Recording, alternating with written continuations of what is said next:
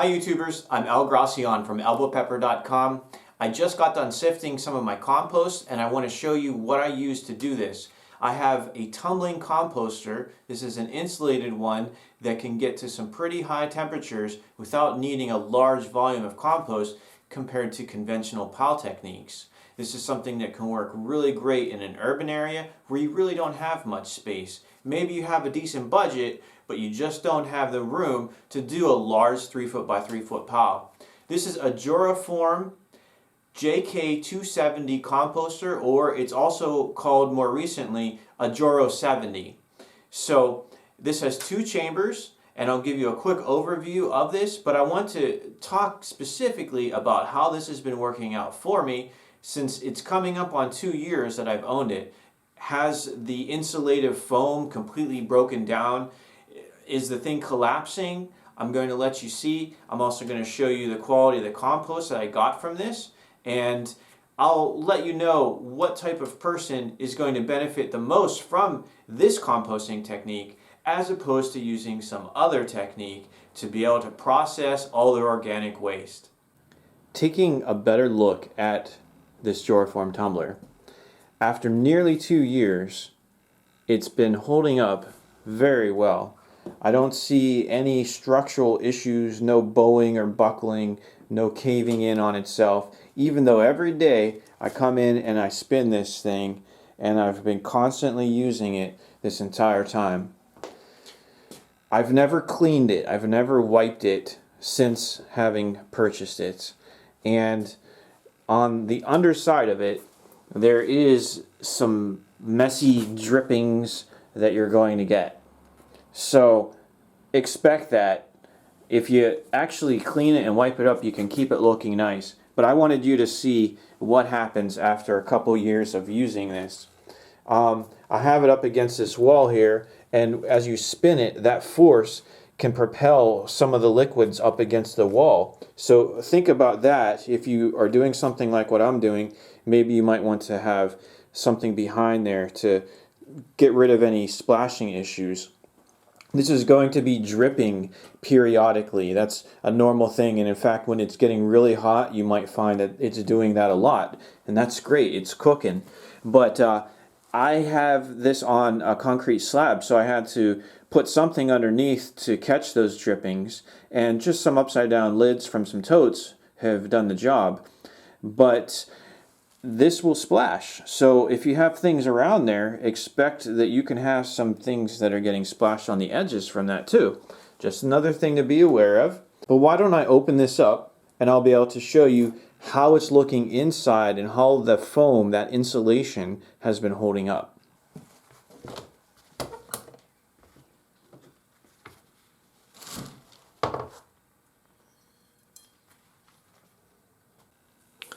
So if you haven't seen what inside of one of these looks like before, you have a layer of foam in the middle of the 2 chambers and then on the sides. Each of these chambers holds about 35 gallons of material, and once you fill up the one side you can then move on to the other side. I just got done emptying this one out, and if we look in here, we've got all those different materials. Some are fresh, some are long since broken down. On the sides, you have a little ventilation hole that allows for air to get in there. That way this doesn't go septic or anaerobic in its processes, but rather it stays nicely aerated. Oxygen is in there, and you have the best process for breaking down this waste. Yes, it's definitely messy over time, but the foam itself has held up very well. Even though we've gotten probably around 160 degrees, I never had any type of receding that has occurred. So even though this will cook, the foam itself hasn't cooked away. And structurally, everything I think is still pretty sound, and I'm happy with how it's been holding up. I'll show you the system that I'm using to be able to get my compost whenever it's actually finished and it's time to get that stuff and start using it. What I'm doing is I open up just one of the hatches for one of the lids, And underneath I have a 30-gallon tote. Then with the lid open, I just have to go like this, and out comes my compost. It's actually worked pretty well for me. If you have one of those special wheelbarrows that are short and fit underneath, you can use one of those, and that's great. I just don't have one of those, and I think that using one of these totes fits the bill. With the compost being completely finished, we have a really nice consistency here. It's taken me a little bit of some trial and error to figure out a good balance of the carbons and the nitrogens, you know, the browns and greens, but I think I have it working pretty well. I'll get some clumps sometimes, but it's not bad, and we do have a lot of loose particles in here that you can sift and use that sifted compost for things like seed starting and whatever else. I want to show you here, this is what I just got done doing. Here I have 5-gallon buckets of the larger particles that I'm not going to use for things like seed starting, but I'll put in the ground, and it's going to work great. And then this is the finer stuff. So look at the consistency with this. Very nice, good texture. It's not quite to the point of what you'd have with like worm castings, but still, I've got almost 5 gallons of this.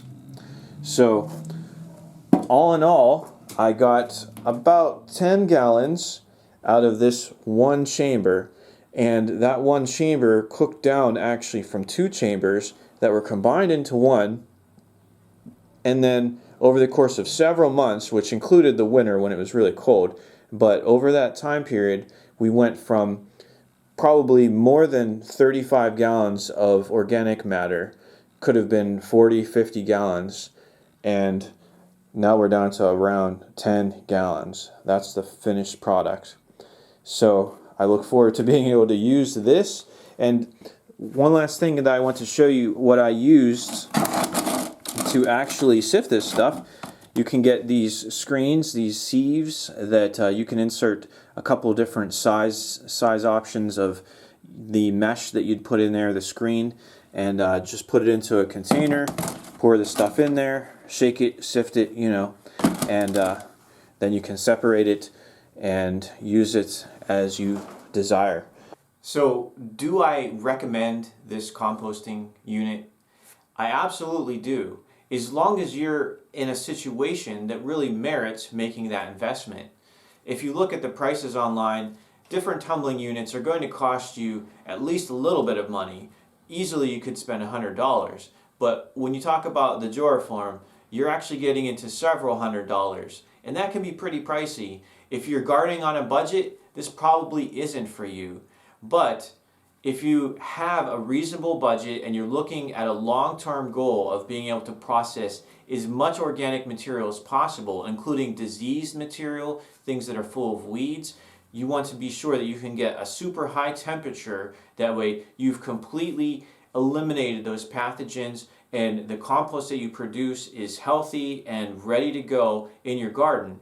Well, a tumbling unit like this can really fit the bill, especially when you don't have much space. This has a very small footprint, and I just have it here inside of my uninsulated garage, and I'm able to use it year-round. Now, it's possible that you could use this maybe in a basement, but after having a couple years to mess around with this and seeing how, you'll get some bugs, you'll get like little flies and things, I really wouldn't use this inside of my house, even if it's just in the basement of the house. I probably would not recommend that anybody do that. But inside of an adjacent structure, it should be fine. And of course, you can use it outside, and it's going to hold up pretty well because of the excellent powder coating that this has. So that shouldn't be an issue. But if you have 2, 3, 5, 10, 100 acres of land, why on earth would you get one of these? Just go ahead and make big piles. You probably have a lot more organic matter that you can work with, that you can collect to do composting. But In addition to being able to make a large pile outside, if you have the space for it, which of course costs you nothing, you could also look into vermicomposting as a way to, on a small scale, process some of your organic waste, but at the same time, it's not going to have the big investment up front that one of these things has. That's actually how I started out doing my composting processes, by doing vermicomposting using red worms that I've been able to set up in a box that I keep outside, and I keep the worms outdoors year round, but they survive every winter here in western Pennsylvania. It's pretty cool. But those systems have limits, and in that situation, that's where this kicks in. So I'm using in tandem two processes, doing hot composting with a tumbler, doing vermicomposting with red wigglers, and this is working great for me. The key is for you to find a solution that fits your situation, your circumstances, what you're looking to accomplish, so that you can continue to process organic waste rather than throwing that out. You can keep all of those nutrients on site, cycling them, reusing them in your garden. That is a key to sustainable gardening and sustainable living, reducing the amount of inputs that you need to bring into your property. This is a tool that will help you to achieve that, and I definitely recommend for those people that are limited on space but have a reasonable budget, I recommend that they give this a try. If you're going to get any tumbler, this would be the one that I would get. Save up, spend the one that costs a little bit more, but that's going to give you the best performance and hold up the best over time. Well, after a couple of years now, I can really speak about what I think about this, and I am very happy. I have no buyer's remorse over purchasing this. I'll have a link below on Amazon if you want to see where I got it from. But regardless, I hope that this video was able to help you. Thanks for taking the time to watch it, and as always, happy gardening. This is the highest that I've ever even seen this, and it's on a day when it's 33 degrees inside of my garage. So, yeah, that's pretty cool.